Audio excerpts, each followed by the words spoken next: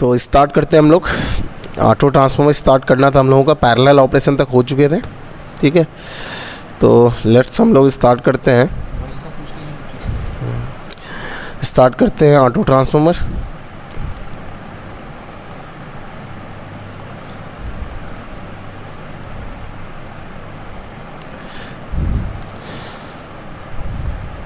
तो this one very important topic, बहुत ही important topic है ये। तो रिसेंटली आप देखते होंगे जहाँ भी आपके पावर ट्रांसफार्मर्स हैं 100 MVA, 160 MVA, 200 MVA, 315 MVA, 500 MVA, 1000 MVA के एवरीवेयर आप द एप्लीकेबिलिटी देखोगे वहाँ पे सिंगल वाइंडिंग ट्रांसफार्मर या ऑटो ट्रांसफार्मर ही यूज़ किया जा रहा है। उसके साथ साथ अगर आप अपने घर का देखोगे, जिसको आप लोग स्टेबलाइज़र बोलते हो, जो वोल्टेज स्टेबलाइज करता है आपके घर के डोमेस्टिक एप्लायंसेस के लिए, कि वेरिएशंस ऑफ वोल्टेज जो पावर सेक्टर का है वो कम से कम अफेक्टेबल हो आपके घरों पे, क्योंकि आपके घरों का जो हाउस होल्ड डोमेस्टिक एप्लायंसेस है दे आर उनका जो परफॉर्मेंस होता है डिटेरिएट्स हो जाता है अगर आप बहुत ज़्यादा वहाँ पे उसका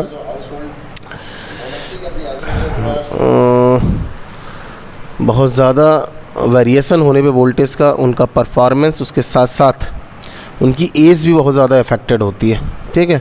तो देयरफॉर घर पे भी आप देखोगे वहाँ भी ऑटो ट्रांसफार्मर स्टेबलाइज़र जिसको बोलते हो आप लोग, वो बहुत ज़्यादा यूज़ किया जाता है, ठीक है। तो therefore this one is a very important topic, बहुत अच्छा टॉपिक है, इसको हमें बहुत अच्छे से स्टडी करना है, ठीक है।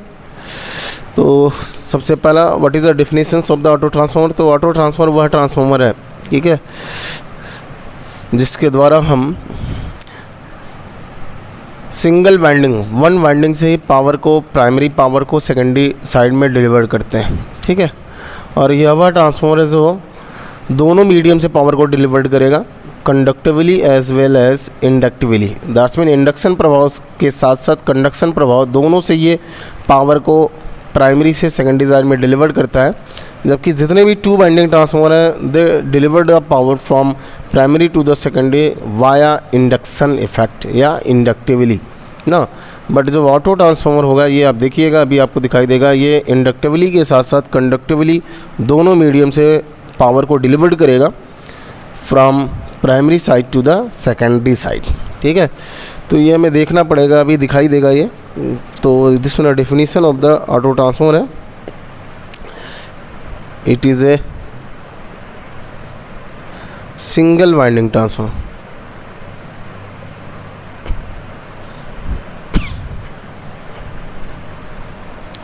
सिंगल वाइंडिंग ट्रांसफार्मर है, ठीक है।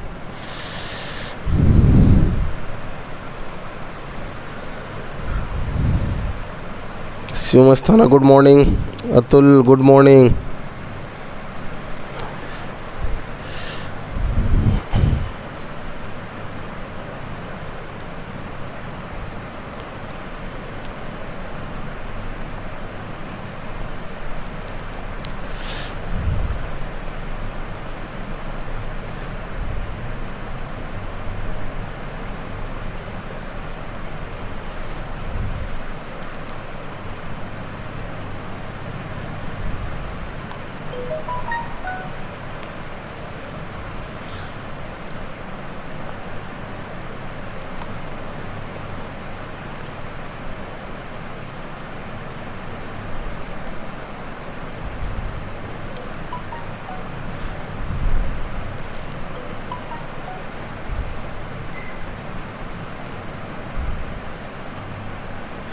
तो दोनों मीडियम से ये पावर को, जो आपका प्राइमरी साइड का पावर होगा उसको सेकेंडरी साइड में डिलीवर करेगा, ठीक है। तो हमें देखना है कि how they delivered the power from primary to the secondary. लेकिन इससे पहले हमें ये भी देखना है कि how to convert the two winding transformer into the single winding transformer. हम कैसे टू वाइंडिंग के ट्रांसफार्मर को सिंगल वाइंडिंग के ट्रांसफार्मर में कन्वर्ट करेंगे, ठीक है। तो स्टडी करते हैं conversion of two winding transformer into the single winding transformer.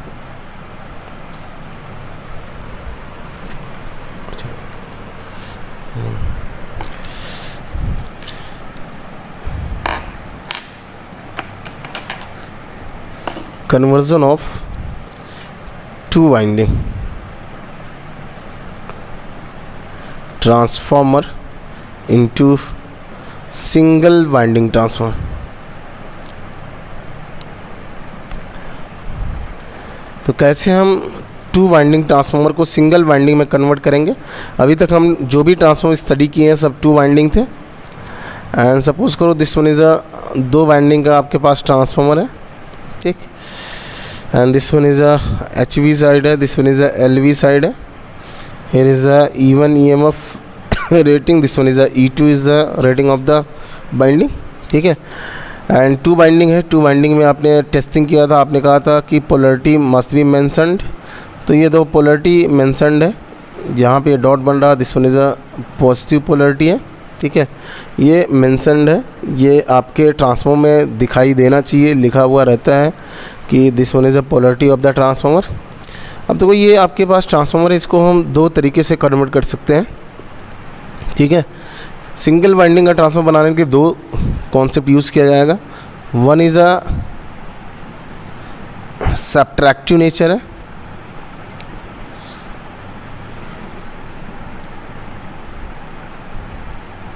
And second is the additive nature है।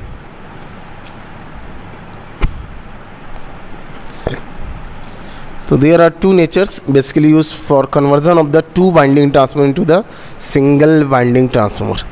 तो देखो ये आपके पास है, पहला आप क्या कर सकते हो, इसको सब्ट्रैक्ट करके आउटपुट ले सकते हो। दैट्स मीन जो आउटपुट होगा this one is a E1 minus E2 हो सकता है। अगर ऐसा आप डिज़ाइन कर रहे हो this one is subtractive nature है, और अगर आपने एडिटिव नेचर यूज़ किया that's mean E1 plus E2 हो जाए, ठीक है। तो दोनों आप देख सकते हो, उसके बाद हम लोग ऑटो ट्रांसफार्मर को स्टडी बहुत अच्छे से कर सकते हैं, ठीक। तो देखते हैं सब्ट्रैक्टिव नेचर के लिए कैसे कनेक्शन करना पड़ेगा एंड एडिटिव नेचर के लिए कैसे कनेक्शन करना पड़ेगा। तो सबसे पहला आता है सब्ट्रैक्टिव नेचर, दैट्स मीन दोनों का डिफरेंस देखना है। तो इसके लिए आपको क्या करना पड़ेगा, वोल्ट मीटर लेना पड़ेगा, ठीक है। और वोल्ट मीटर लेके तब जाके हम लोग सब्ट्रैक्टिव या एडिटिव नेचर का जो सिंगल वाइंडिंग का ट्रांसफार्मर है इसको डिज़ाइन कर पाएंगे, ठीक है। तो कोई कन्फ्यूज़न हो तुरंत पूछिएगा, क्योंकि this one very important topic है, बहुत ही इंपॉर्टेंट टॉपिक है, और इसका एडवांटेज बहुत ज़्यादा है than the two winding transformer के। एक एक एडवांटेज भी हम आपको यहाँ पे दिखाएंगे कि what are the advantage of the single winding transformer over the two winding transformer, ठीक है। तो सबसे पहला हम सब्ट्रैक्टिव नेचर लेके चल रहे हैं। तो देखिएगा कैसे हम सब्ट्रैक्टिव नेचर कर रहे हैं।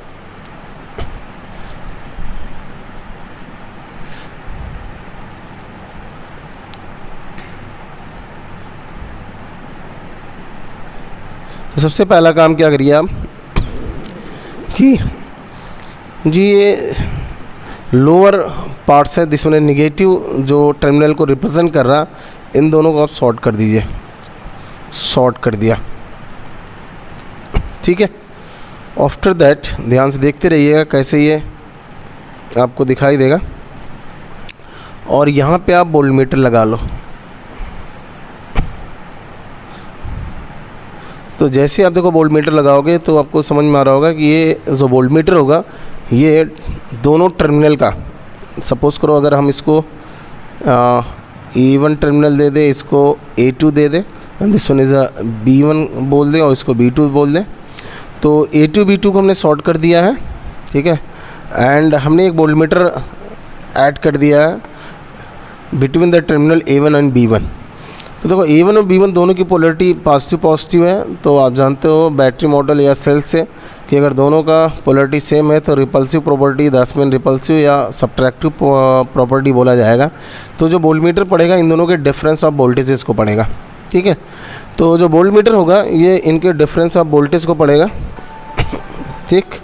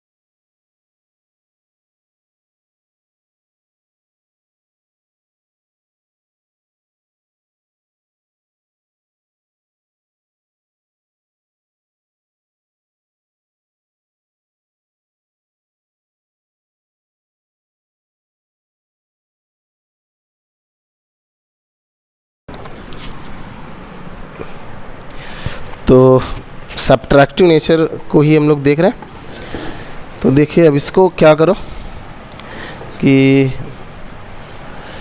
थोड़ा सा स्प्रेड आउट करिए, इसको फैला लीजिए, अपने आप देखो दिखना शुरू हो जाएगा आपको। ये A1 टर्मिनल था, देखते रहिएगा सब दिखेगा आपको। ये A2 था, ये देखिए दूसरा वाला वाइंडिंग का है पोर्शन।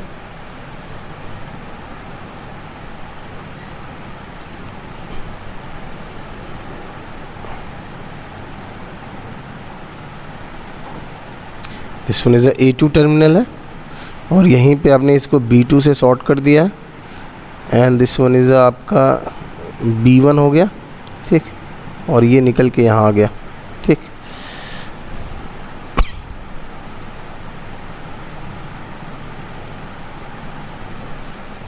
ध्यान से देखते रहिएगा।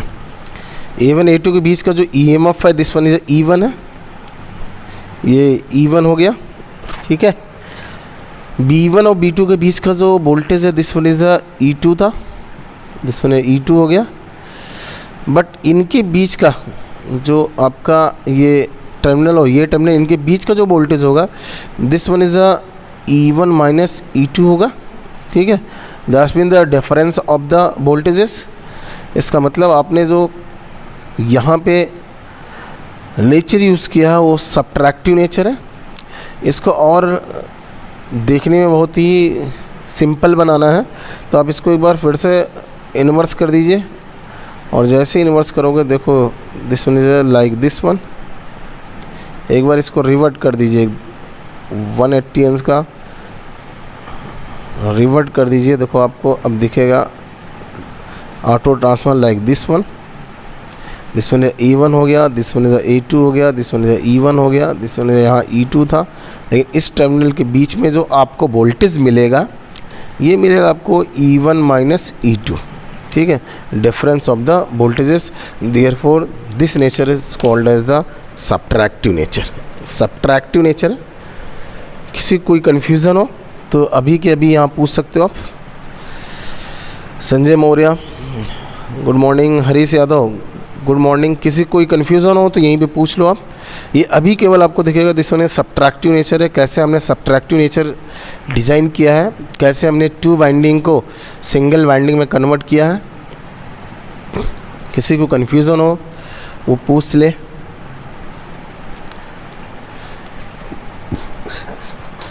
नो, सब्ट्रैक्टिव नेचर जो होगा आपका ये दोनों तरीके से यूज़ कर सकते हो। आप इसको as a step up use कर सकते हो या स्टेप डाउन यूज़ कर सकते हो।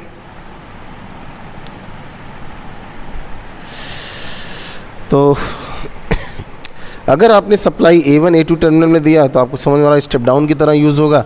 अगर आपने सप्लाई दे दिया आपको B1 और B2 की तरफ A1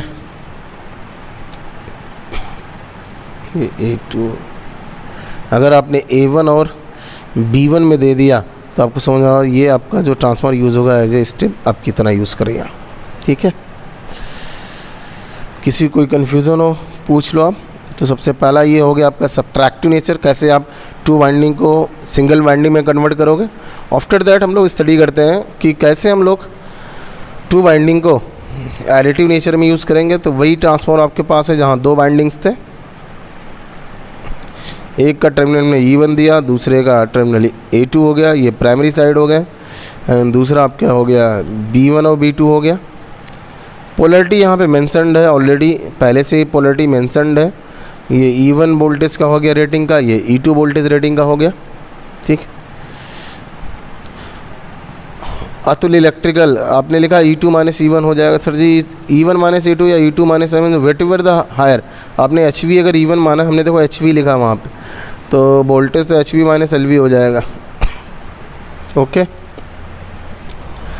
तो ये अब है, आप इसको एडिटिव नेचर का बनाना चाह रहे हो कि ये एडिटिव नेचर में आ जाए।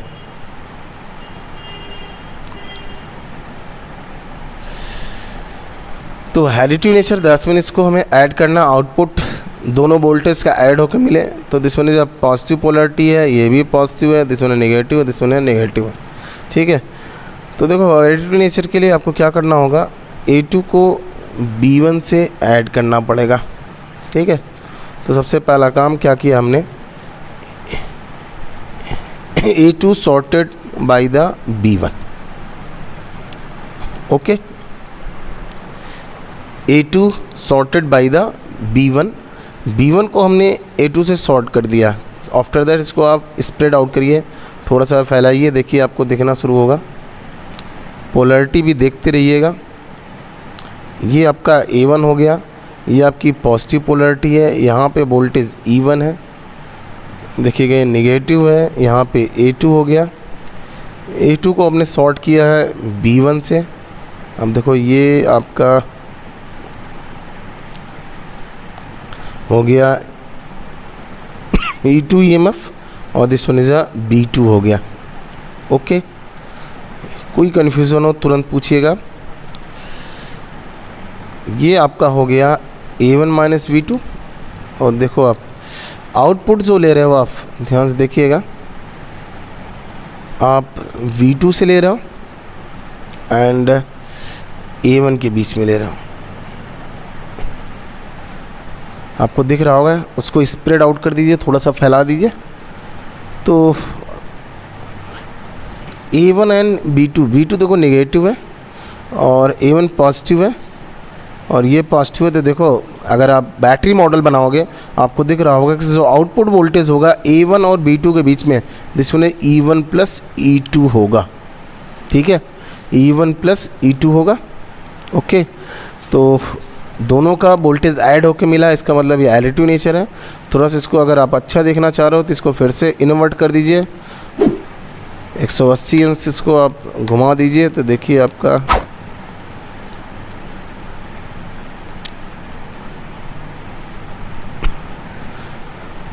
ऐसे देखना शुरू हो जाएगा, ठीक है।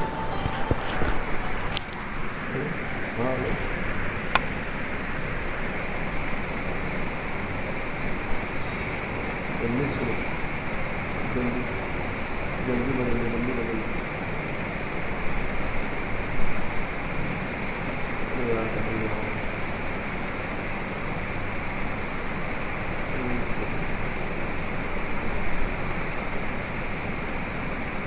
उसका प्रोटेक्शन बस तुम देखो जो थोड़ा नहीं होगा बस, और कुछ नहीं देख सकते। PNC बताओ क्या आ गया।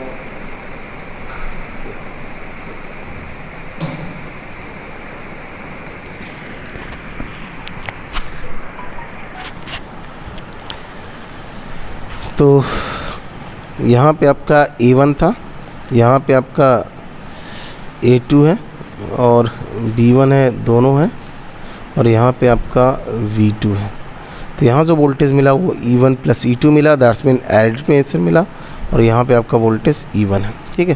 तो देखो ये दिख भी रहा होगा, जब आउटपुट वोल्टेज ज़्यादा हो गया इसको आप स्टेप अप भी यूज़ कर सकते हो एंड स्टेप डाउन दोनों यूज़ कर सकते हो। अगर आपने A1 B1 में सप्लाई लगाया एंड B2 A1 पे आपने आउटपुट लिया तो ये स्टेप अप की तरह काम करेगा, ठीक है।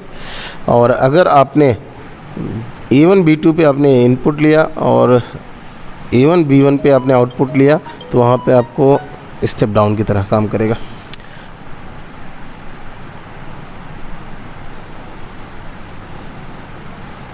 ओके, विवेक मौर्य, पोलैरिटी सेम नहीं होने पर डेड शॉर्ट सर्किट नहीं हो जाए, पैरेलल ऑपरेशन नहीं चल रहा है विवेक मौर्य, ठीक है। यहाँ पे केवल जोड़ के देखा जा रहा है आउटपुट कितना मिलेगा, ठीक है। What is the rating of the bindings, ये देखा जा रहा है, पैरेलल ऑपरेशन नहीं किया जा रहा कि डेड शॉर्ट सर्किट हो जाए। एक ही वोल्टेज है, दोनों जुड़ रहे हैं वहाँ पे, ओके। तो ये था आपके पास दो नेचर थे कि कैसे आप टू वाइंडिंग को सिंगल वाइंडिंग में बदलोगे। अब आते हैं हम लोग और स्टडी करते हैं कि हम क्यों ऐसा कर रहे हैं, वाई हम लोग कन्वर्ट कर रहे हैं टू वाइंडिंग को सिंगल वाइंडिंग में, दैट्स मीन इसका कहीं ना कहीं एडवांटेज रहा होगा, देयरफॉर इसको हम कन्वर्ट कर रहे हैं। और सबसे ज़्यादा आज पावर ट्रांसफार्मर सबके सब आप देखिएगा आपको ऑटो ट्रांसफार्मर ही देखने को मिलेगा, सिंगल वाइंडिंग का मिलेगा। तो हम लोग इसकी स्टडी करते हैं कि क्या क्या एडवांटेजेस है कि अगर हमने टू वाइंडिंग को सिंगल वाइंडिंग में बदल दिया तो व्हाट आर द एडवांटेजेस, ठीक है।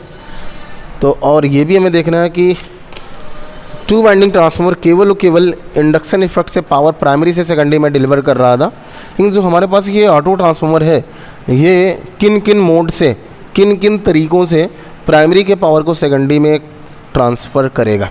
ठीक है, तो आते हैं देखते हैं कि एक ट्रांसफार्मर लेते हैं ऑटो ट्रांसफार्मर और देखते हैं कि वो कैसे इंडक्टिवली ट्रांसफ़र करेगा, कैसे कंडक्टिवली ट्रांसफ़र करेगा। ठीक है, तो अब हमारे पास आ गया है सिंगल वाइंडिंग ट्रांसफार्मर, या जिसको हम लोग ऑटो ट्रांसफार्मर बोल रहे हैं।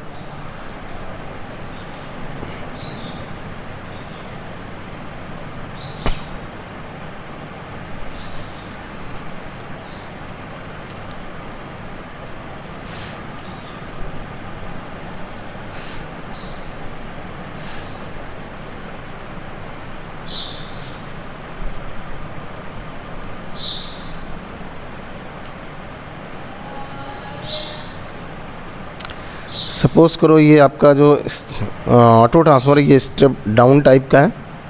ठीक है, ये प्राइमरी साइड है इसका एंड दिस वन है सेकेंडरी साइड है। ठीक, सेकेंडरी साइड से आपका लोड जुड़ेगा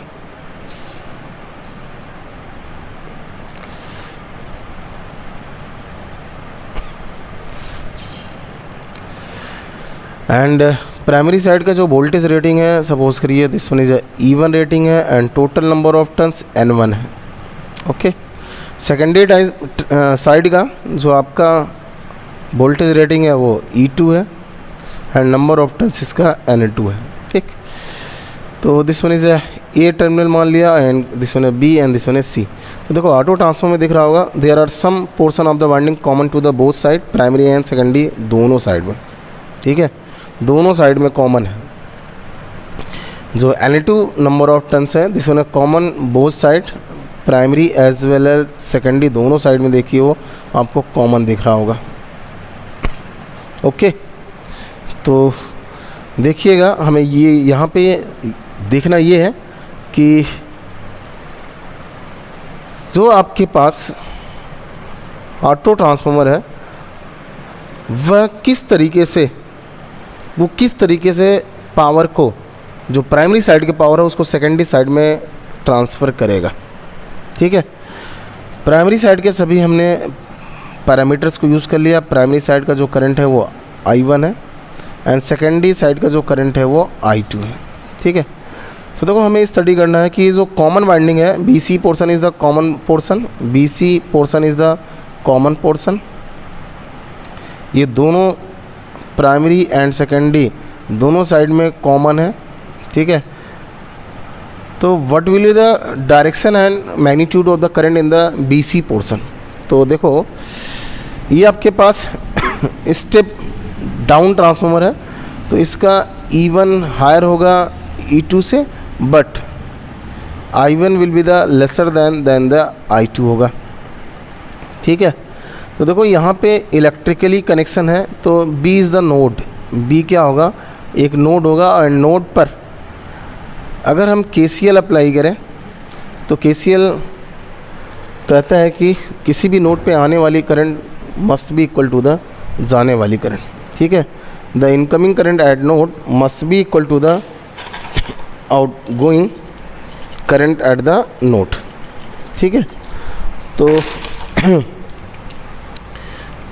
incoming current must be equal to the outgoing current. तो इसको अगर हमें यहाँ पे यूज़ करना है तो देखिए इनकमिंग करंट तो I1 है बट आउटगोइंग करंट I2 है और I1 कम है I2 से, इसका मतलब एक करंट और यहाँ पे ऐड होना चाहिए तभी जाके incoming current must be equal to the outgoing current होगा।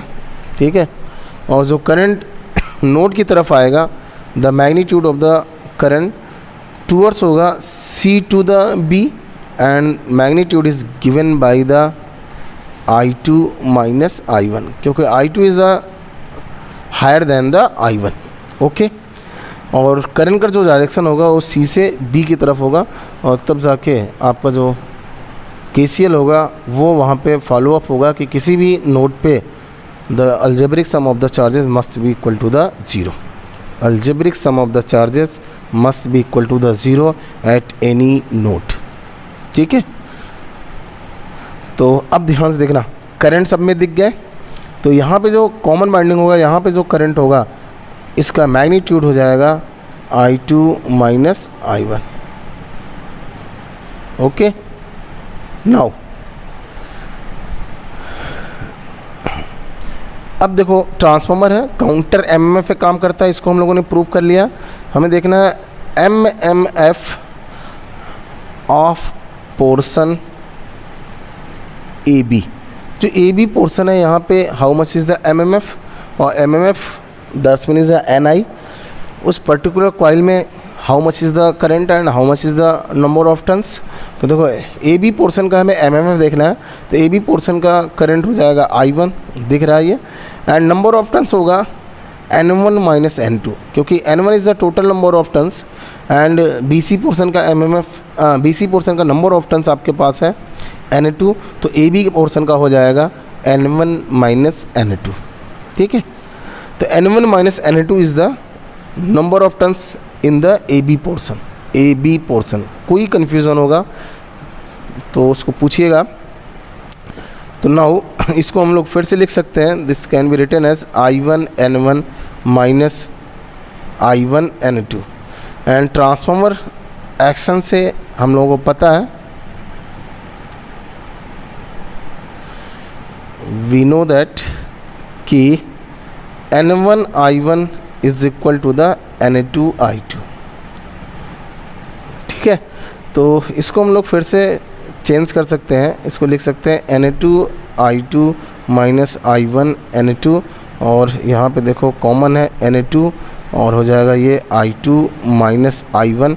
और ध्यान से देखो ये जो N2 I2 माइनस I1 है, this one is a MMF of portion CB। जो CB बाइंडिंग का पोर्शन है उसका एमएमएफ AB पोर्शन के एमएमएफ के बराबर है, that's mean they are counter MMF to the each other. इसका मतलब जो AB पोर्शन है, प्राइमरी साइड का ये पार्ट है, जो AB पोर्शन है ये पावर प्राइमरी से सेकेंडरी साइड में जो ट्रांसफ़र कर रहा with the help of the induction effect, क्योंकि काउंटर एमएमएफ अगर जहाँ मिल रहा इसका मतलब वहाँ पे जो इफेक्ट है वो एमएमएफ का इफेक्ट है, और MMF effect that's mean is the this effect is known as the induction effect ना। इसका मतलब वो पहला फाइनल हुआ कि जो AB पोर्शन है, AB पोर्शन है ये प्राइमरी से सेकेंडरी में जो पावर डिलीवर्ड करेगा वो डिलीवर्ड करेगा इंडक्शन से ना, इंडक्टिवली। तो यहाँ पे हम लोग मेंशन कर सकते हैं, यहाँ लिख सकते हैं दैट्स मीन पावर डिलीवर्ड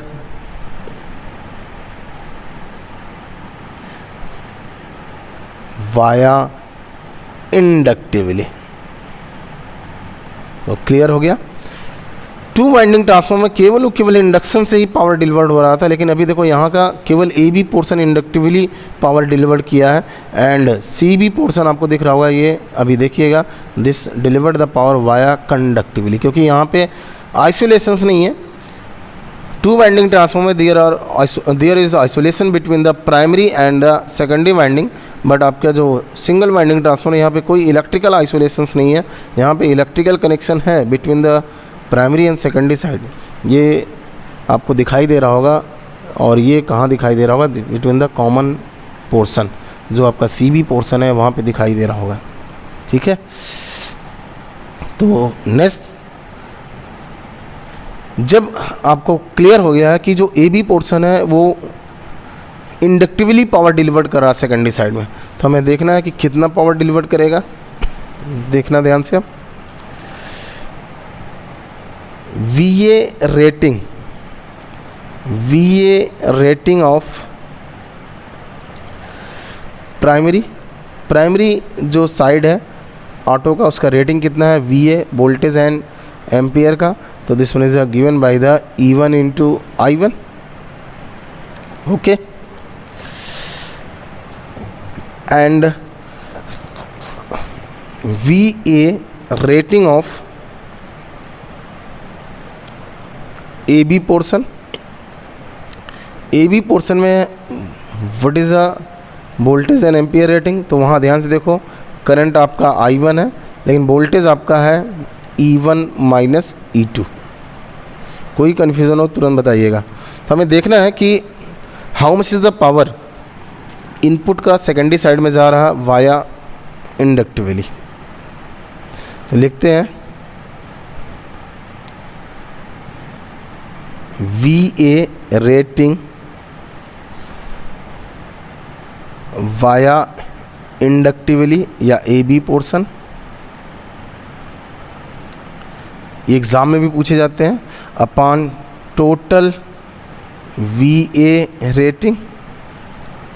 तो this one is equal to the हो जाएगा I1 E1 minus E2 upon E1 I1 cancel हो जाएगा और इसको हम लोग फिर से रीअरेंज कर सकते हैं 1 minus E2 upon E1। Okay, कोई कन्फ्यूज़न हो तुरंत पूछिएगा, कहीं भी आपको डाउट हो उसको क्लियर करिएगा, ठीक है। And this can be written as 1 minus, ध्यान से देखिएगा, E2 इज़ द LV है and E1 is the HV है, और इसको हम लोग लिख सकते हैं 1 माइनस K। तो फिर से हम लोग लिख सकते हैं power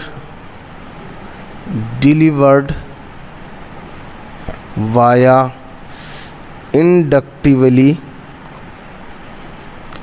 is equal to the 1 minus K times of the total VA rating. जो आपके ट्रांसफार्मर का रेटिंग है उसका 1 माइनस K पोर्शन इंडक्टिवली जाएगा। ये ऑब्जेक्टिव में आता है बहुत और पूछा भी जाता है। संतोष कुमार ने पूछा इंडक्टिवली कैसे होगा। काउंटर MF जहाँ पे होता है वहाँ पे पावर हमेशा इंडक्टिवली होता है।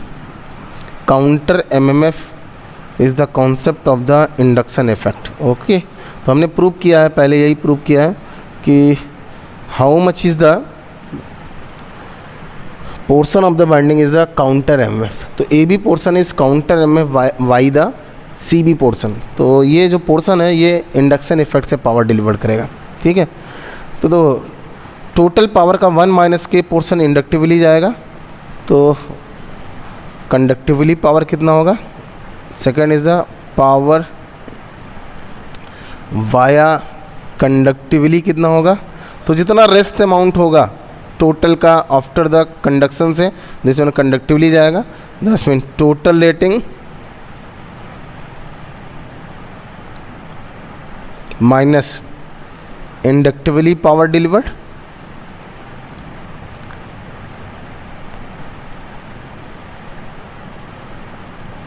तो टोटल हो गया आपका E1 I1 माइनस इंडक्टिवली जो पावर जा रहा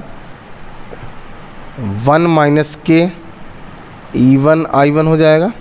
अगर प्राइमरी साइड से लिख रहा हो सेकेंडरी में E2 I2 हो जाएगा। तो इसको अगर हम ओपन करें तो हो जाएगा E1 I1 minus E1 I1 plus K E1 I1, that's mean final हो गया फिर से K multiplied by the total VA rating.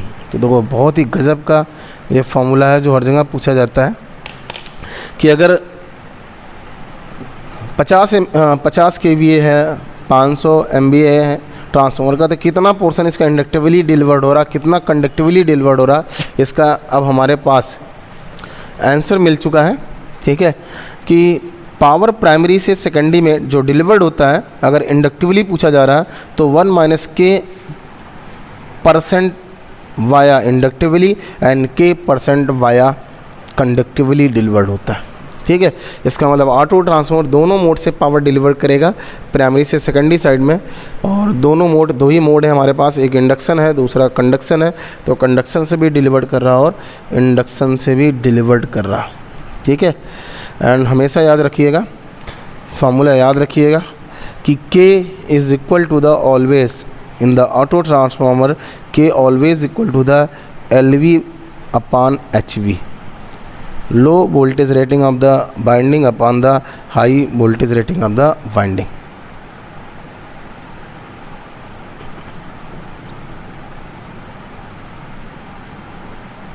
Rajat Nadanwar, power inductively जा रहा है तो आर की value R, that's mean resistance.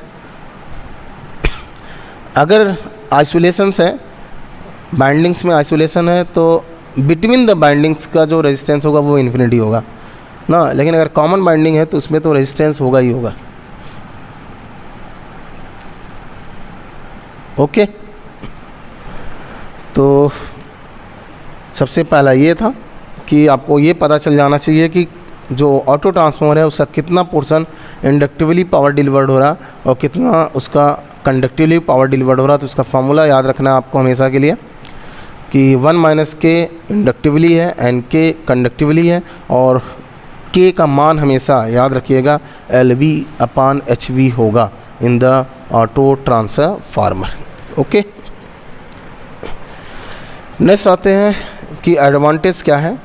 तो एडवांटेज हम लोगों ने बहुत सारे पढ़े हैं, आपने भी उसको रटा हुआ है। सबसे पहला हम लोग कहते हैं saving of the copper, that's mean अगर हमने 2 वाइंडिंग का जो ट्रांसफार्मर था उसको अगर हम सिंगल वाइंडिंग में बदल दे रहे हैं, सिंगल वाइंडिंग में 1 वाइंडिंग बदल देते हैं, तो हमें अगर सेम रेटिंग चाहिए तो हमें कॉपर निकालना पड़ता है, दैट्स मीन कॉपर की सेविंग होगी। ठीक है, कॉपर की सेविंग होगी। लेकिन अगर हमने कॉपर की सेविंग नहीं निकाला तो 100% अभी देखिए आपके सामने प्रूव होके आएगा कि अगर 100 kVA का था 2 वाइंडिंग, अगर आपने कॉपर नहीं निकाला जितना निकालना चाहिए, अभी फॉर्मूले के साथ मिलेगा, तो अगर उसको अपने सिंगल वाइंडिंग को 2 वाइंडिंग में बदल दिया तो देखना उसकी रेटिंग 400 kVA 500 kVA हो जाएगा। कितना आप कैसे डिज़ाइन कर रहे हो, ठीक है, अभी दिखेगा। लेकिन अगर आपने बाइंडिंग से कॉपर निकाल लिया तो आपका वही 100 kVA ही रहेगा। ठीक है, तो अगर आपको 2 वाइंडिंग को सिंगल वाइंडिंग बदलना और सेम रेटिंग बदलना है तो आपको कॉपर उसमें से निकालना पड़ेगा ना। तो देयरफॉर ये हम लोग पढ़ते हैं एडवांटेज में। तो नेक्स्ट है एडवांटेज ऑफ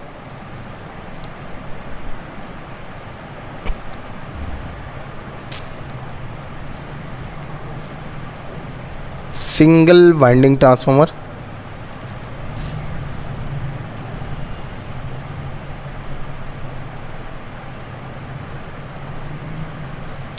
जो सिंगल वाइंडिंग के ट्रांसफार्मर है उनके एडवांटेजेस क्या हैं। तो सबसे पहला आता है saving of copper.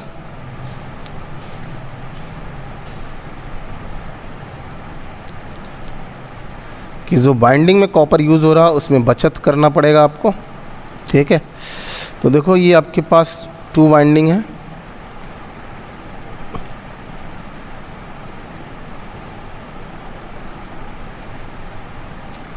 The current rating I1 है, इसका करंट रेटिंग I2 है, वोल्टेज रेटिंग इसका E1 है और इसका E2 है। यहाँ नंबर ऑफ टर्न्स प्राइमरी में N1 है एंड सेकेंडरी में N2 है। ठीक है, इसी को हमने सिंगल वाइंडिंग में बदल दिया है।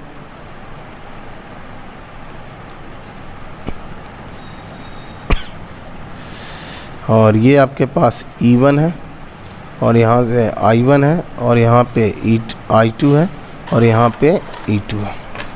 ओके, तो कॉपर का जो रेट होता है जिसमें बेसिकली वेट से होता है। जो भी आप बाइंडिंग के लिए कॉपर यूज़ करोगे, कॉपर प्रिक्योर करोगे, परचेज़ करोगे, वेट पे मिलता है, टन में।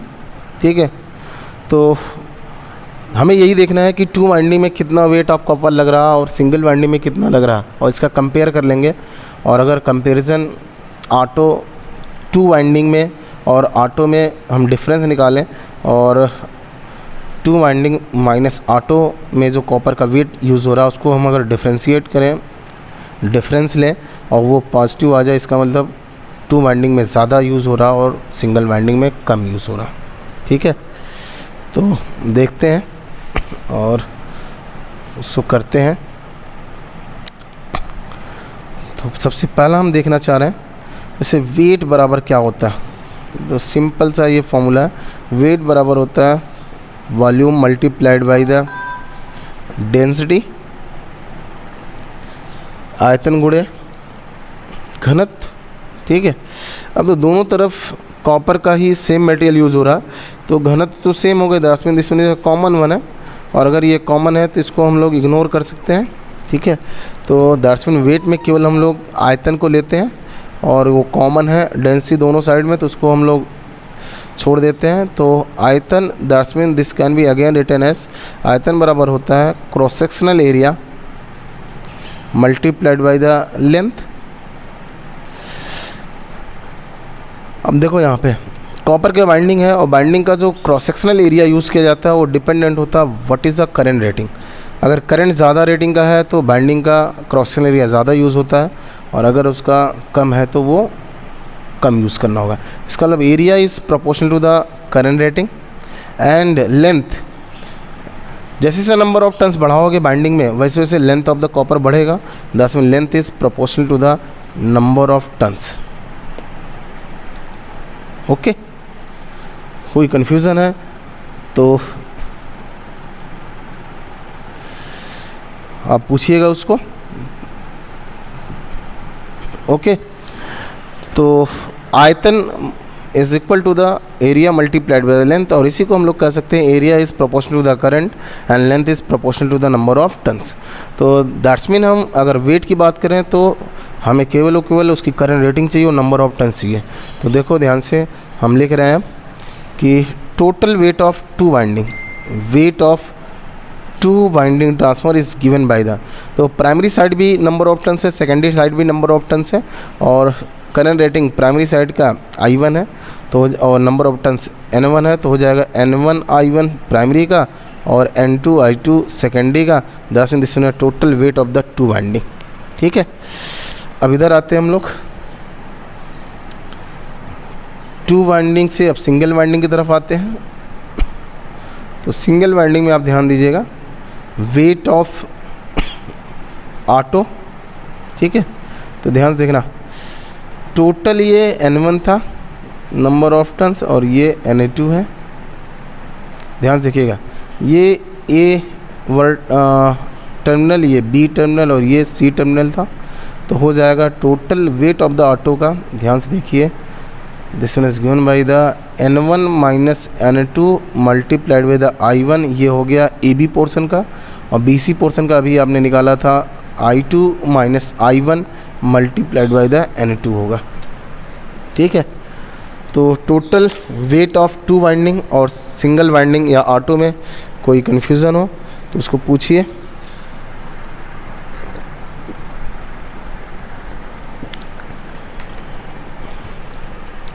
N1 minus N2 multiplied by the I1, ये AB पोर्शन का हो गया।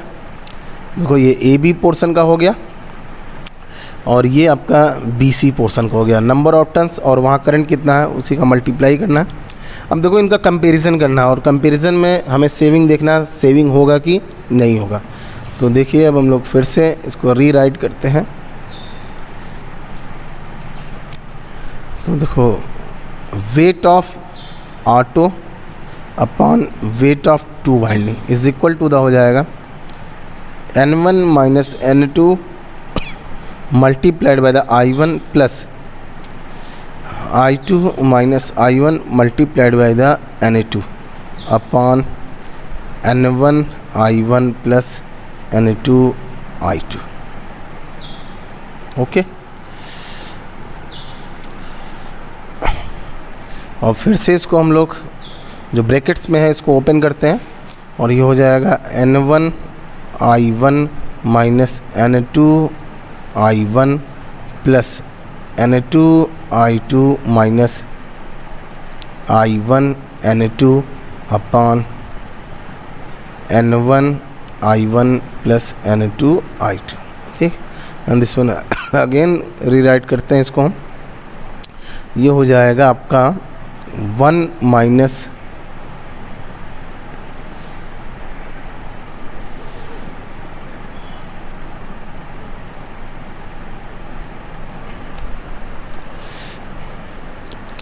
वन माइनस हो गया I1 Na2 और प्लस हो जाएगा ये Na2 I1 अपान N1 I1 plus Na2 I2। कोई कन्फ्यूज़न हो तो पूछते रहिएगा।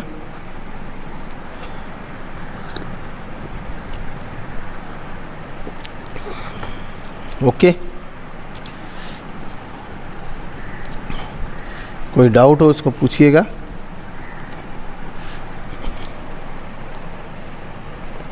तो देखो ये इसको फिर से हम लोग लिख सकते हैं 1 - 2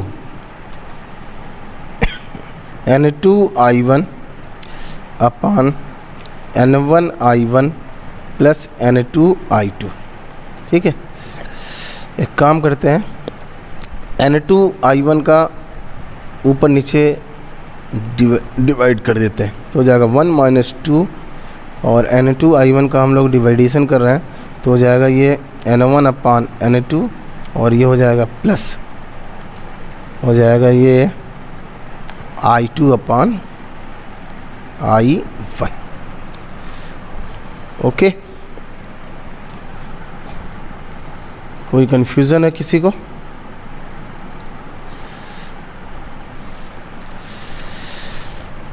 तो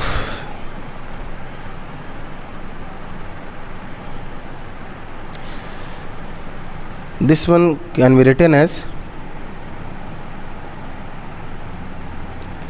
1 - 2 अपान, ध्यान से देखिएगा, N1 अपान N2 10 में 1 अपान K और ये भी हो जाएगा I2 अपान I1 1 अपान K 10 में 1 - 2 अपान 2 अपान K और ये हो जाएगा 1 - K, जहाँ K इज़ ऑलवेज, याद करिएगा, LV upon HV।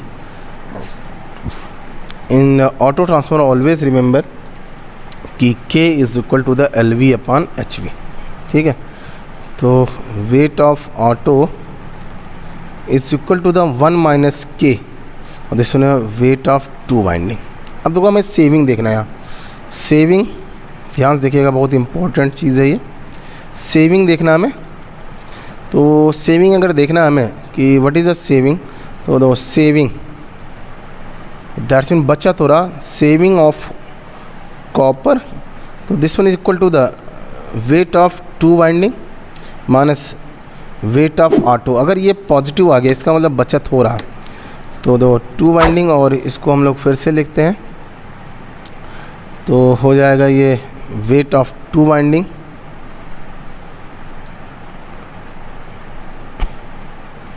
Wait of 2 winding minus 1 - K wait of 2 winding और हो गया ये इसको मल्टीप्लाइड कर देते हैं W2 plus K W2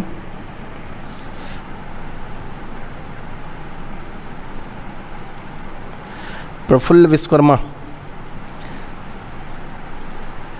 Vishwakarma remember the, हम ऑटो ट्रांसफॉर्मर पढ़ रहे हैं, ऑटो ट्रांसफॉर्मर में जो आपका K बराबर होता है वो LV अपान HV है। LV that's mean V2 upon V1 या E2 अपान E1 है। तो करंट ट्रांसफॉर्मेशन रेशियो के अकॉर्डिंग I1 माइनस I1 अपान I2 हो जाएगा। ओके, तो W2 कैंसिल हो जाएगा, दैट्स मीन K W2। तो कितना गजब का आपका फॉर्मूला मिल रहा है कि K is equal to the LV upon HV and K always in fraction होगा। K किस में होगा? फ्रैक्शन में होगा। ठीक है, K हमेशा फ्रैक्शन में होगा और K मैक्सिमम आपका 1 के बराबर होगा और 1 के बराबर तभी हो सकता है जब HV एंड LV दोनों वोल्टेज का मान सेम हो जाए, तभी ये पॉसिबल है, नहीं तो ऑलवेज इसका मान 1 से कम होगा। हमारे यहाँ तो 1 हो ही नहीं सकता है, नेवर पॉसिबल। इलेक्ट्रॉनिक्स में हो सकता है कि आइसोलेटिंग ट्रांसफॉर्मर यूज़ किया हो जिसमें N1 equal to the N2 हो, तभी जाके ये पॉसिबल है, लेकिन हमारे यहाँ पॉसिबल ही नहीं है। तो देखो दिख रहा होगा कि अगर K का मान 0.5 है, इसका मतलब देखिए आपको 50% saving. If K is equal to the 0.5 that's mean 50% saving. अगर K is given by the 0.6 that's mean 60% saving. इसका मतलब देखो अब समझ में आ गया, K का मान जितना 1 की तरफ जाएगा उतना ही आपकी सेविंग बढ़नी शुरू हो जाएगी। सेविंग इंक्रीजेस, सेविंग बढ़ना शुरू हो जाएगा। इसका मतलब जो भी ट्रांसफार्मर अगर हम बना रहे हैं, ध्यान से देखना, जैसे हमने कहा कि हम 220/132 kV का ट्रांसफार्मर बनाना चाह रहे हैं और के इसका LV/HV से 132/220, तो ध्यान से देखना 132/220 दैट्स मीन इसका मैग्नीट्यूड आ जाएगा आपके पास, the magnitude of this transformation ratio का देखिए ध्यान से, तो 132 डिवाइड बाई 220, तो दैट्स मीन 0.6 ही आ रहा है।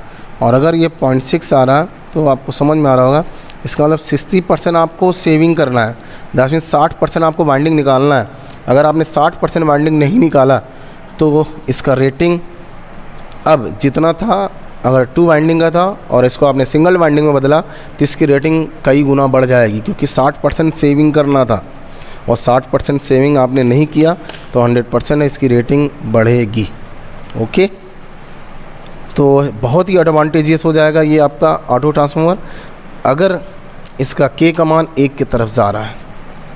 ओके, तो आपको दिख गया कि कॉपर का सेविंग होगा या एल्युमिनियम की वाइंडिंग है, तो जैसे घर में भी तो एल्युमिनियम यूज़ करते हैं, तो एल्युमिनियम के भी सेविंग होंगे, एल्युमिनियम भी सेविंग होगा, उसके साथ साथ कॉपर भी सेविंग होगा। अब तो इलेक्ट्रिसिटी डिपार्टमेंट कॉपर यूज़ करता है पावर ट्रांसफार्मर में, लेकिन अगर आप अपने घरों पे यूज़ कर रहे हो तो वहाँ पे एल्युमिनियम की वाइंडिंग भी यूज़ करते हैं स्टेबलाइज़र के लिए। तो दोनों जगहों पे सेविंग होगा। कोई डाउट है, कोई कन्फ्यूज़न है तो आप पूछिए उसको, या आगे चलते हैं हम लोग। किसी को कोई डाउट है?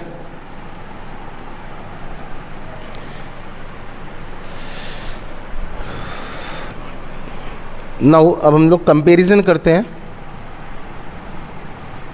कि क्या क्या चेंजेस आ जाएंगे ऑटो ट्रांसफार्मर अगर उसको हमने 2 वाइंडिंग से ऑटो में बदला है। तो कंपैरिजन में सबसे पहला आता है रेटिंग। ये एडवांटेज भी बोल सकते हो आप।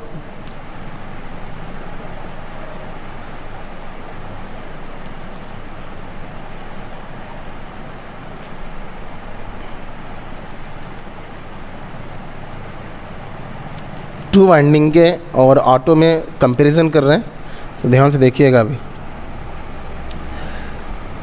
सबसे पहला हम रेटिंग का कर रहे हैं, कितना रेटिंग बढ़ जाएगा, इस पे भी सवाल आते हैं। ठीक है, तो KVA रेटिंग ऑफ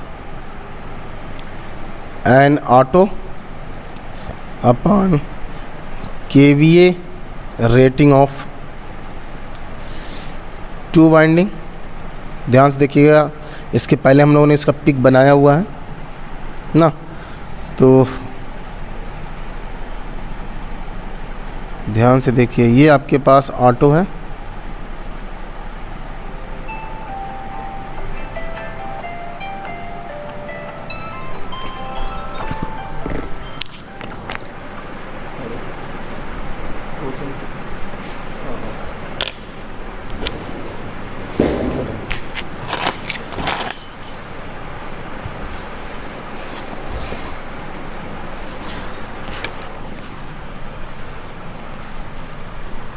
आप लोग थोड़ा सा वेट करिए, अभी 5 से 10 मिनट आप लोग वेट करिए, और तब तक जिसके भी जो क्वेश्चन हो आप पुट कर दीजिए, सर आकर एक साथ रिप्लाई करेंगे।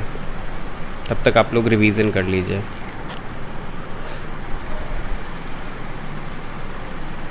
और आज मोस्ट प्रोबेबली अभी आपकी इलेक्ट्रॉनिक्स की क्लास चलेगी एट 10 AM। अगर अभी ये डन होता है, 100% कंफर्म होता है, तो आपको ग्रुप्स में अपडेट दे दी जाएगी और इसी यूट्यूब चैनल पे क्लास होगी। तो आप लोग जैसे ही इसे खोलेंगे आपको सबसे ऊपर ही नोटिफिकेशन भी आ जाएगी। आप लोग बेल आइकन को प्रेस कर लो तो आपको नोटिफिकेशन अपने आप आ जाया करेगी अगर कोई भी नई क्लास शेड्यूल होती है तो। और आप मान कर चलिए कि 1 से 2 दिन में आपकी सारी क्लासें रेगुलर चलने लगेगी, including both technical classes and maths.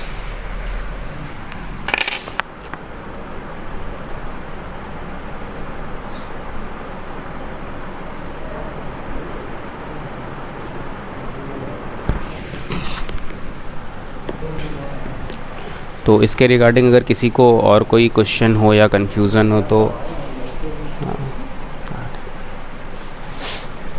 हो तो आप लोग पूछ सकते हैं। और अभी 2 से 3 दिन में आप मान कर चलिए कि आपकी दिन की शुरुआत यानी मॉर्निंग में सबसे पहली जो क्लास होगी वो करंट अफेयर्स की होगी। क्योंकि अभी बहुत सारे नए बच्चे ऐसे हैं जिन्हें ये नहीं पता होता कि जेई के एग्ज़ाम में नॉन टेक की क्या इम्पोर्टेंस है। ठीक है, तो आप लोग टेक्निकल पढ़ते हो और सिर्फ उसी के भरोसे रहते हो, और ज़्यादातर ऐसा जो नए बच्चे होते हैं वो करते हैं। तो बेटा मैं आप सबको एक चीज़ बता दूं कि अभी वो टाइम नहीं रहा जब यूपीपीसीएल जेई की मेरिट आपकी 100 जाया करती थी, 105 जाया करती थी। ठीक है, अभी मेरिट 150 प्लस जाती है और टेक्निकल के क्वेश्चन ही 150 आते हैं। तो आप 150 में 150 तो सही नहीं करके आओगे, क्योंकि 2-3 तो क्वेश्चन ही गलत आते हैं, है ना। तो इसीलिए अगर अभी आपको सक्सेस चाहिए तो आप मान के चलिए आपको टेक्निकल के साथ उतना ही ध्यान नॉन टेक पे भी देना पड़ेगा।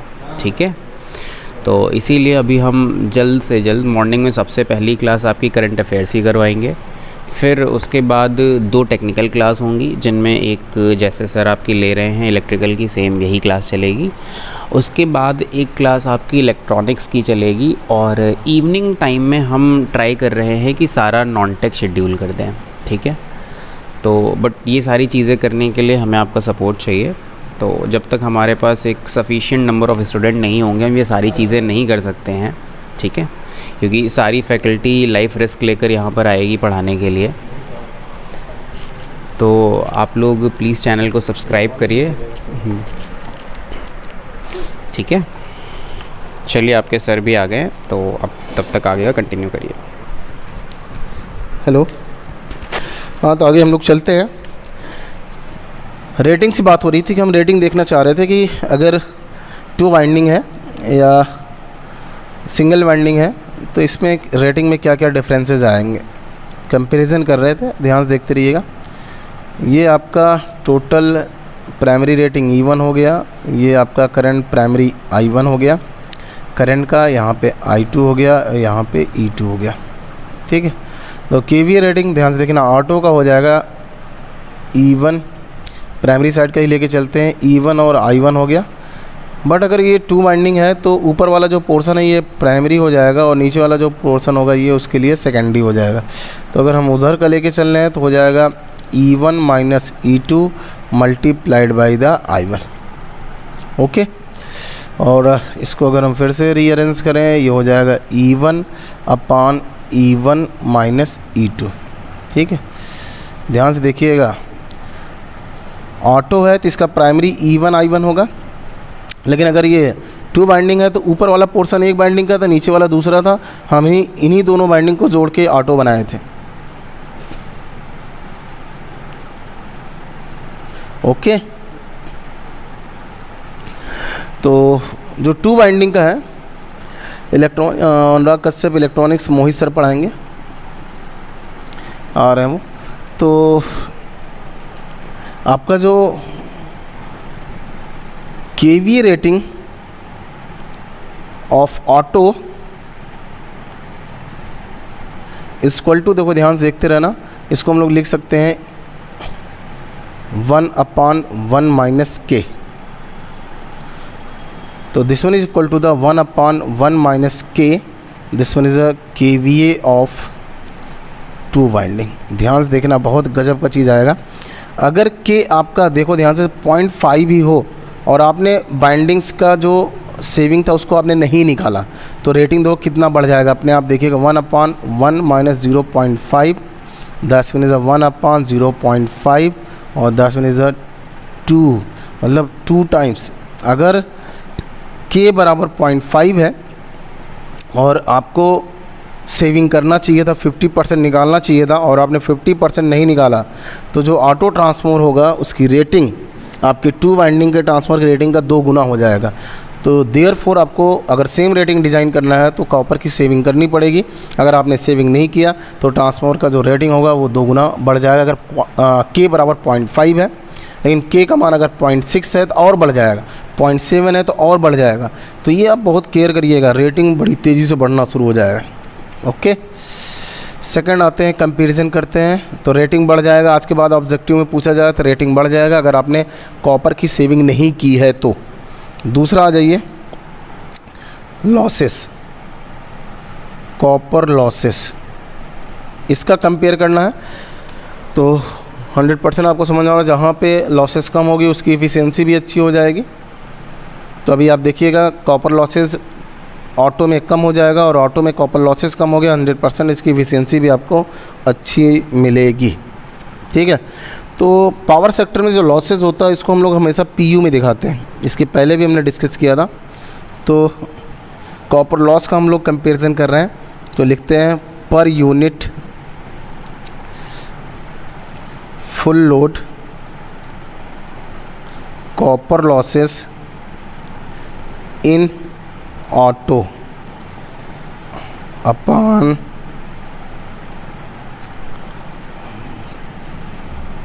पर यूनिट फुल लोड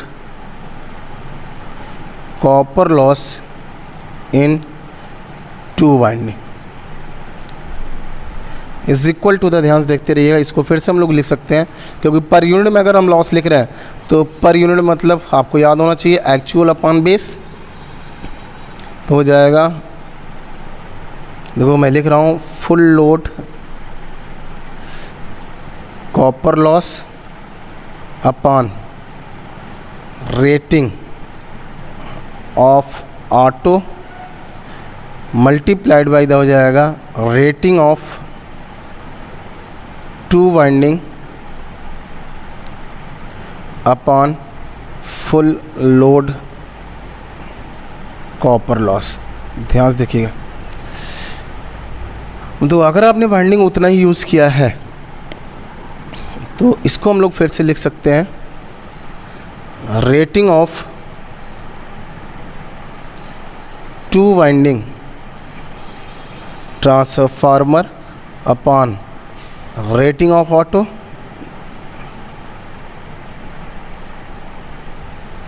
तो this one can be written as 1 minus k. तो देखो अपने आप समझ में आ रहा होगा, अगर k का मान k is equal to the 0.5 है, अपने आप देखिए 50% लॉसेस कम हो जाएंगे। क्यों लॉसेस कम हो गया, इसका यही रीज़न है क्योंकि आपने कॉपर को बचा लिया, नंबर ऑफ टन्स कम कर लिया, कॉपर का लेंथ कम हो गया तो उसका रेजिस्टेंस कम हो गया, और रेजिस्टेंस कम हो गया तो आपको पता है कि आपने सेविंग किया है और सेविंग किया है तो लॉसेस कम हो गया, लॉसेस कम हो गया तो इफ़िशियंसी भी बढ़ जाएगी। ठीक है, क्लियर ना। तो इफ़िशियंसी भी इसकी इंक्रीज़ हो जाएगी अगर आपने नंबर ऑफ टन्स निकाल लिया है। ठीक है, तो लॉसेस भी कम हो गया तो ऑब्वियसली है एफिशिएंसी भी इसका बढ़ जाएगा। ठीक है, तीसरे में हम लोग आते हैं, तीसरा कंपैरिजन कर रहे हैं परसेंटेज इम्पीडेंस। अभी तो इसको भी प्रूव करेंगे, परसेंटेज इम्पीडेंस भी ऑटो का कम रहेगा या percentage impedance voltage drop.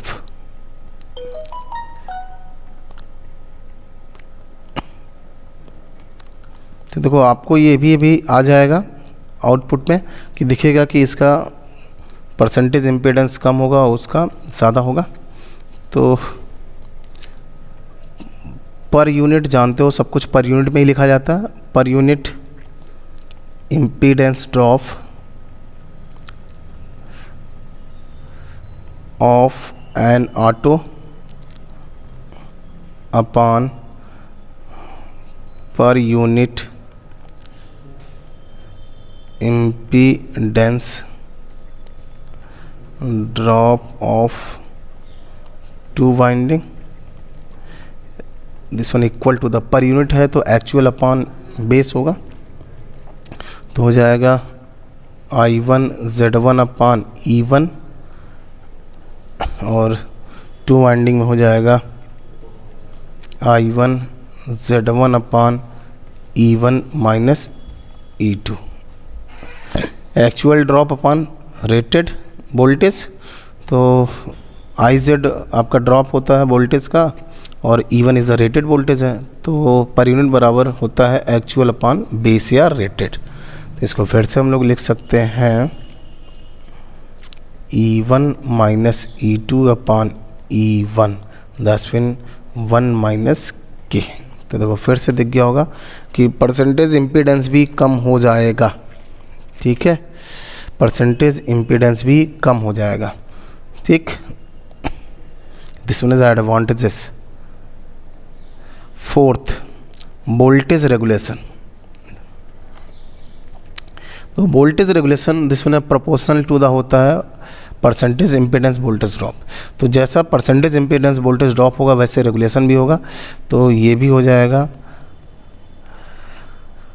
Voltage regulation of, ये फॉर्मूला हमेशा याद रखिएगा, इसी फॉर्मूले से सीधे फॉर्मूले को यूज़ करके आप न्यूमेरिकल सॉल्व कर सकते हो। Voltage regulation of auto upon voltage regulation of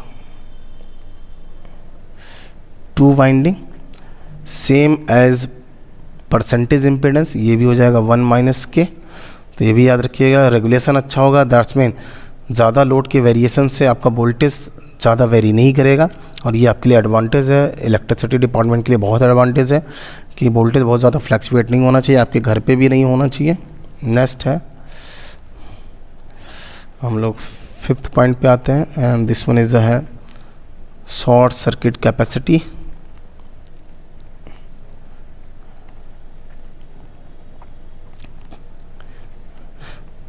SCC जिसको हम लोग शॉर्ट फॉर्म में बोलते हैं, SCC is proportional to the होता 1 अपॉन ZPU।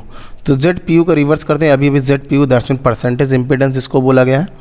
तो SCC of auto upon SCC of two winding is given by the हो जाएगा 1 अपॉन 1 माइनस के, क्योंकि ये रेसिप्रोकल हो जाएगा, 1 अपॉन 1 माइनस के हो जाएगा। यही एक डिसएडवांटेज आपको मिल रहा है कि शॉर्ट सर्किट करंट भी ज़्यादा फ्लो होगा और शॉर्ट सर्किट कैपेसिटी भी ज़्यादा होगा, ठीक है। ये एक इसका ड्रॉबैक मिलेगा ऑटो ट्रांसफार्मर का, शॉर्ट सर्किट इसकी कैपेसिटी बढ़ जाएगी, शॉर्ट सर्किट करंट ज़्यादा फ्लो होगा, ठीक है। ओके, नेक्स्ट आपका इफ़िशियंसी इम्प्रूव हो जाएगा, इफ़िशियंसी इंक्रीज हो जाएगा, ठीक। तो ये सब एडवांटेज है ऑटो ट्रांसफार्मर के, और कंपैरिजन भी हमने कर लिया है, तो कोई कन्फ्यूज़न नहीं होना चाहिए, ठीक है। डिसएडवांटेज, सबसे पहला डिसएडवांटेज अभी आपको मैंने दिखाया, डिसएडवांटेज सबसे पहला आएगा शॉर्ट सर्किट करंट ज़्यादा होगा,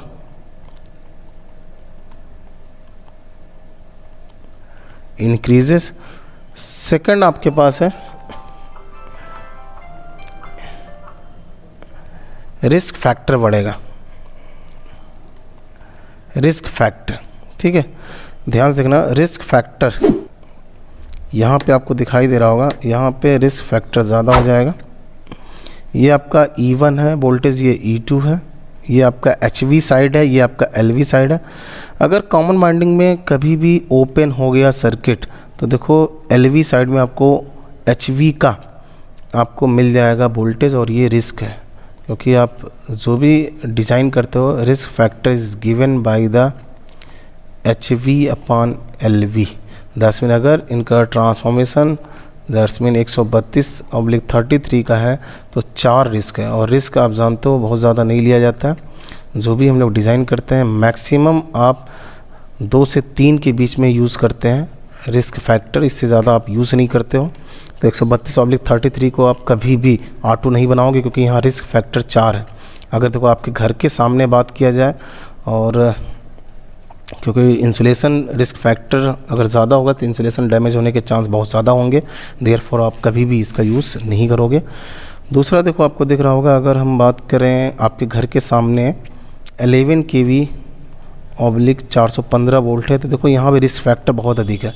इसका मतलब यहाँ भी आप ऑटो मत बनाइएगा, ऑटो ट्रांसफार्मर यहाँ भी डिज़ाइन नहीं किया जाएगा क्योंकि टू मच रिस्क फैक्टर, ठीक है। तो जहाँ जहाँ रिस्क फैक्टर बहुत ज़्यादा हो वहाँ पे आप ऑटो ट्रांसफार्मर नहीं बनाओगे, ठीक है। तो यही यहाँ पे सबसे बड़ा ड्रॉबैक है कि इलेक्ट्रिकल कनेक्शन है, डायरेक्ट इलेक्ट्रिकल कनेक्शन है प्राइमरी और सेकेंडरी के बीच में, और अगर कॉमन बाइंडिंग ओपन हो गया तो एलईवी साइड में रिस्क बहुत ज़्यादा बढ़ जाएगा। ठीक है, this one is a drawback of the auto transformer. ठीक है, शॉर्ट सर्किट करंट बढ़ जाएगा। ओके, और इकोनॉमी ये बहुत ज़्यादा तब देगा जब ये के टेंस टुवर्ड्स द यूनिटी। ठीक, तो फिर पूछा जाता है इसका एप्लीकेशन कहाँ कहाँ है, एप्लीकेशन या यूजेस। तो एप्लीकेशन या यूजेस हमने बार बार बात ही कर रहे थे। सबसे पहला आता है एज ए स्टेबलाइज़र के लिए, एंड डिस्ट्रीब्यूशन में एज ए बूस्टर भी यूज़ किया जाता है। रेलवे भी यूज़ करता है एज ए बूस्टर। ठीक है, स्मॉल वोल्टेज को बूस्ट करने के लिए यूज़ किया जाता है। ठीक है,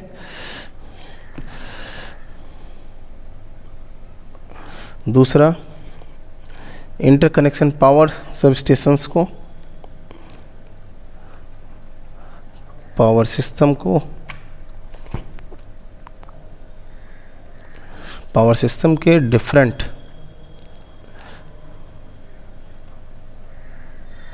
वोल्टेज रेटिंग को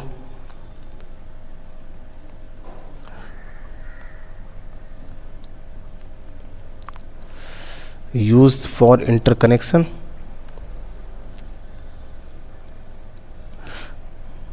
लिखा रहता है आईसीटी, आप जाएंगे बड़े बड़े पावर हाउसों में आईसीटी लिखा रहता है। ठीक है, तो उसके लिए यूज़ किया जाता है।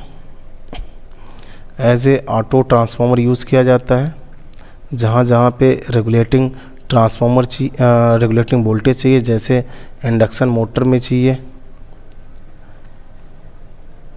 ओके, इंडक्शन मोटर को चाहिए तो वहाँ भी आप देखोगे ये आपको मिलेगा, जिसको हम लोग ऑटो ट्रांसफार्मर वेरिएक भी बोलते हैं। आप देखिएगा आपको वेरिएक, कोई कहेगा वेरिएक, वेरिएबल एसी। ठीक है, तो इन सब जगहों पे आपको मिलेगा। फर्नेस के लिए भी आप देखिएगा, आप यूज़ करोगे ऑटो ट्रांसफार्मर, तो ये सब इनके एप्लीकेशन है। एंड चौथा आपके पास है हाउस होल्ड वोल्टेज स्टेबलाइज़र। यहाँ पे आप देखोगे वोल्टेज को स्टेबलाइज करने के लिए भी आप यूज़ करते हो अपने घरों में। तो these are the application of the auto transformer. Okay, तो फिर हम लोग आज ऑटो ट्रांसफार्मर का ख़त्म हो गया, तो ऑटो ट्रांसफार्मर फिनिश हो गया है। हम लोग अब इंडक्शन मोटर पढ़ेंगे।